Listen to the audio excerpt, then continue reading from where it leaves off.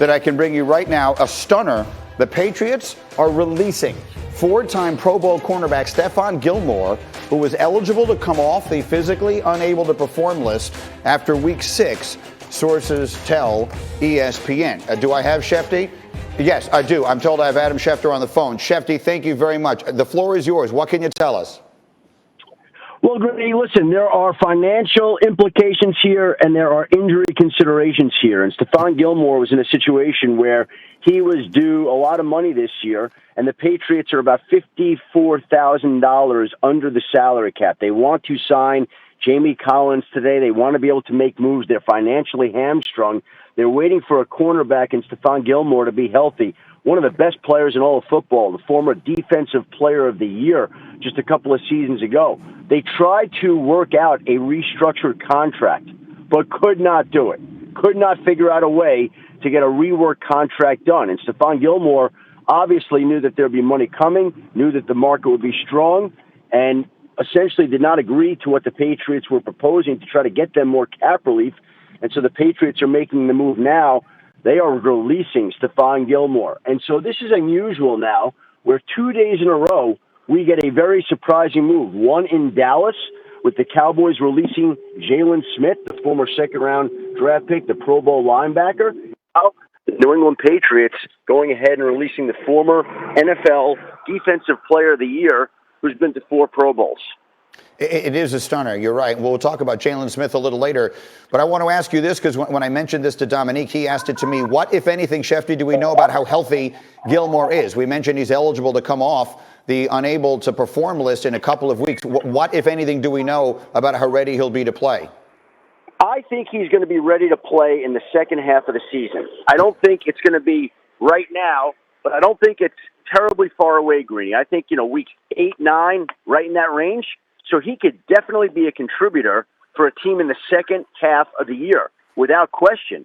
And so anybody that's out there will know that. And look, he's going to be able to step in and help a contender. Just think of the contending teams that are in Super Bowl contention, and I would think that they're all going to be interested in Stephon Gilmore at this point in time.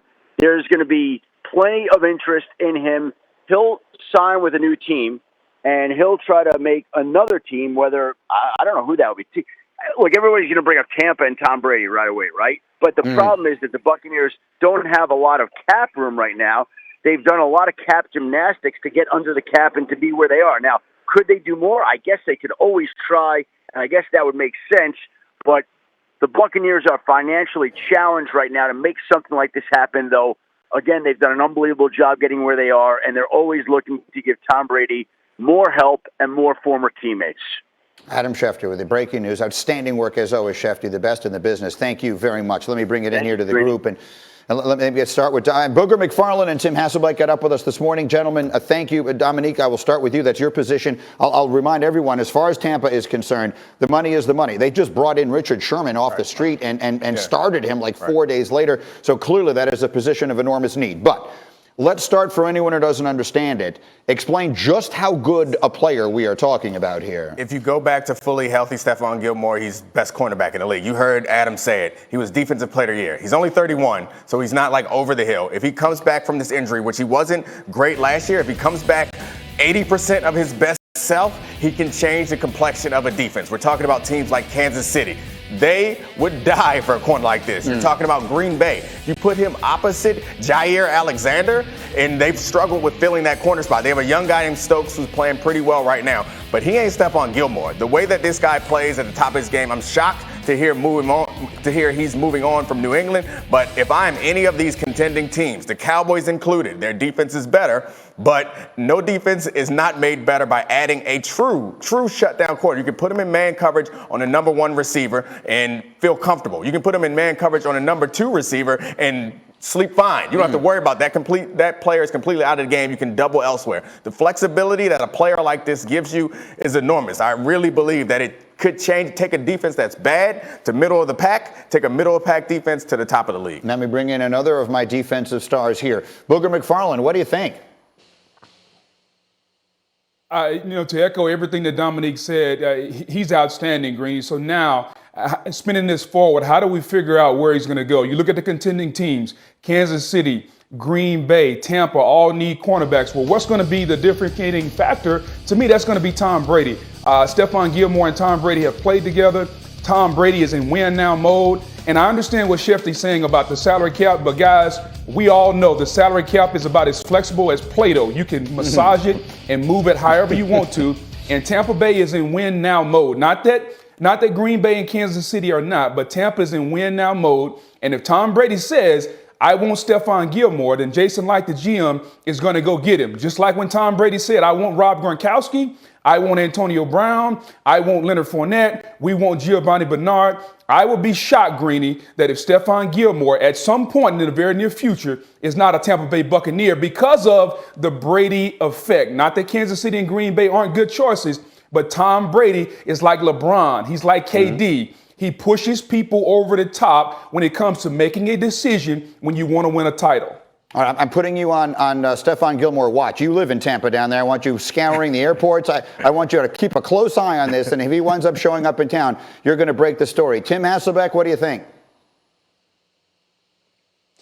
Well, I think what's interesting is, according to Adam, there was an opportunity to maybe, alter the contract. And, typically what happens is, you don't have, 5 minutes to make that decision. They bring it up to your agent. Your agent at that point tries to figure out, okay, well, where would some of the other landing spots be? What are the opportunities if he doesn't take a pay cut here? And clearly, then you get into a situation where you're essentially calling the team's bluff and that they would cut you if you don't take the pay cut. And so you would have to think, and I think this kind of, goes along with what both guys are saying, is that there's probably an opportunity out there where the money will be really good, and the situation to be on a good team is probably there as well. And so, if we're mentioning these teams, and listen, maybe Booger's right about the Brady effect, but guess what? The Mahomes and Rodgers effect isn't bad either. So I think the thing is that Gilmore, I'm sure, knows what was behind door number 2. I mean, you went through it. Anthony Rizzo hit that huge home run. Nathan Eovaldi, who had been so dominant, comes out of the game. So if you're the Yankees, it's like, here we go. And you saw Giancarlo Stanton absolutely crushes the ball. The defense on this play, I cannot emphasize enough. Kiki Hernandez getting this ball off of the wall.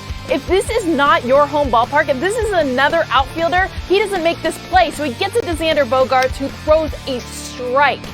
And you have to execute that play to perfection to get Aaron Judge. You mentioned it, they got him out by a lot, but most times that doesn't happen.